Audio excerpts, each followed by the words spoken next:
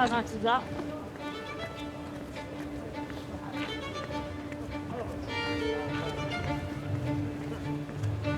Have a good Well, one. there's a bit of breeze. Have fun. It's nice. Have a good day. Thank you. See you later. When I first joined the Sail GP team, I was the only female athlete, and that can be a really daunting environment, to be honest. Next start, 15:29, so 12 minutes. 12 minutes. Being in a boat with 5 guys, I definitely felt like I had to step up in different ways. This is the scene here in Dubai as the 2025 season is upon us, the Rolex Sail GP Championship. Boy, you better be out in front because otherwise you're going to be back in the pack. All those boats ahead are really high in the box at the moment. My role on the team is the strategist role, Really good pressure coming in 10. so I'm basically the eyes of the boat. You have these massive F-50 catamarans that are literally flying out the water at speeds of 40, 50 miles an hour. Ship's medium. Just that feeling of the boat accelerating up onto the foils and just going is mind-blowing. Have USA coming up in front of our bow. But the pressure is huge. You're racing at the highest level you can in your sport. And it's all going to be about really, can they hit the start line at top speed? And I'm so driven to want to win myself, but also to prove that women can sail these boats just as well as the guys, given the opportunity. Season 5 is about to be alive here in Dubai, and we're going to be go when the line turns white.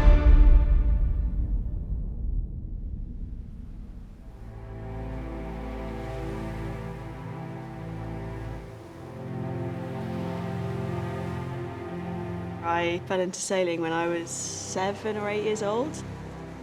I had a go, and that was it. I was just completely and utterly hooked. I just absolutely loved that feeling of being slightly out of your comfort zone, being out on the water on your own. When you catch the wind and feel that power, there's nothing like it for me. But once I realised you could race other people, I was like, this is my sport. That's what I want to do. So tell me about your competitive side and when you became aware of that. I don't know about being aware of my competitive side. I think I just was.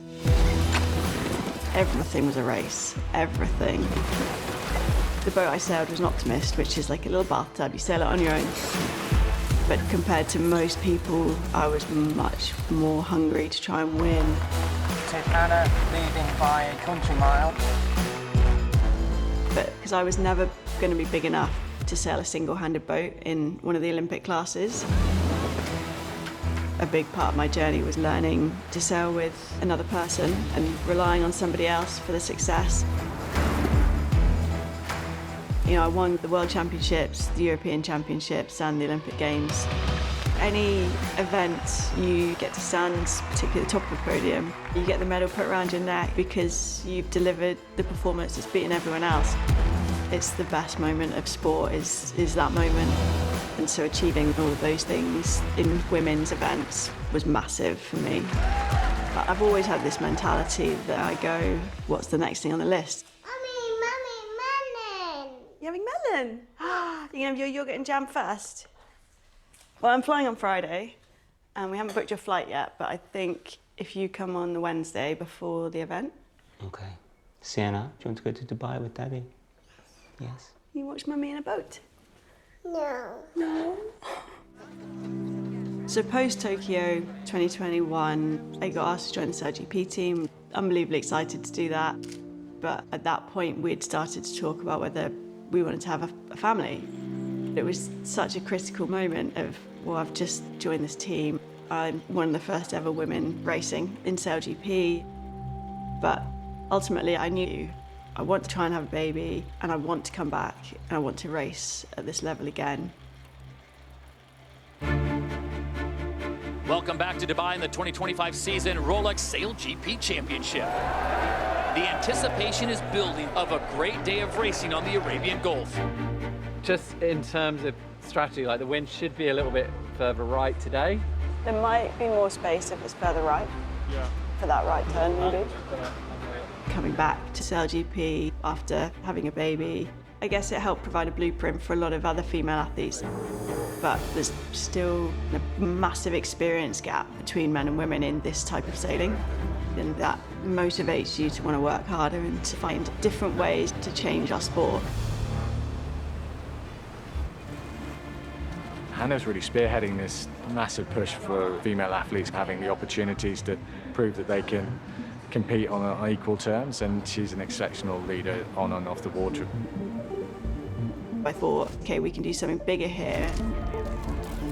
And so with Ben, we sat down together and the Athena Pathway team came into fruition, and it was always set up with the goal of providing an opportunity to women to break through. And this past year, we had the first ever female America's Cup event. And actually, even though we didn't win, every single athlete felt like they were part of something that might just start to change the path for women's sailing.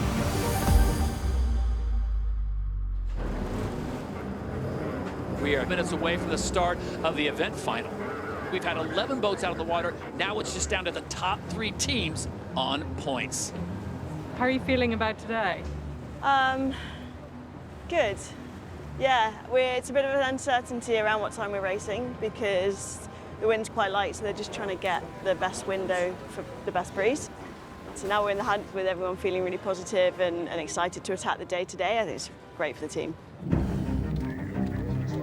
I think Hannah is fiercely focused and determined athlete, and that's why she's achieved what she has. And in her mind, she wants to be driving one of these boats.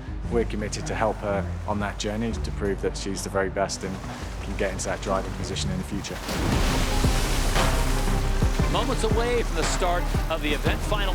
Could get a bit of pressure coming up. And it will be New Zealand, the USA, and Emirates GBR battling out for the title.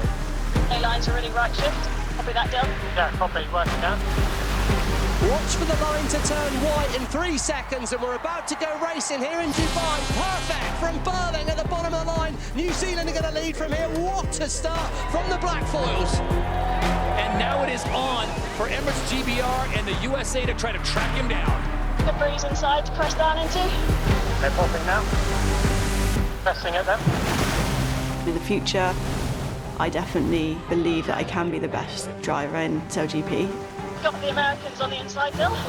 And I've always had this mentality that there might not be an opportunity now, but if there is, you have to be the person that's the most ready to take it. Oh, they nailed that last manoeuvre. Emirates Great Britain take the lead. And down the line prove that I can compete and beat the best. Ship's medium. And look at this. It is Emirates GBR and New Zealand locked in a great battle. Kiwis are going to dive on the inside. I think they've got room as they go round advantage New Zealand. Wow, that was so tight. So it's the Kiwis out in front. And it's then back down to the bottom of the course to the finish line. This is going the way of the Blackfoils. As New Zealand claims the first event of the 2025 season. Oh, what a shame. So Emirates Great Britain, they will take second. What a first event. Good work. Quarter cam. Yeah. It does feel like we've got real traction for women in our sport, and we're really pushing it so that the next generation, it's not really a question, it's just who's the best sailor, you'll be on the boat whether you're a man or a woman.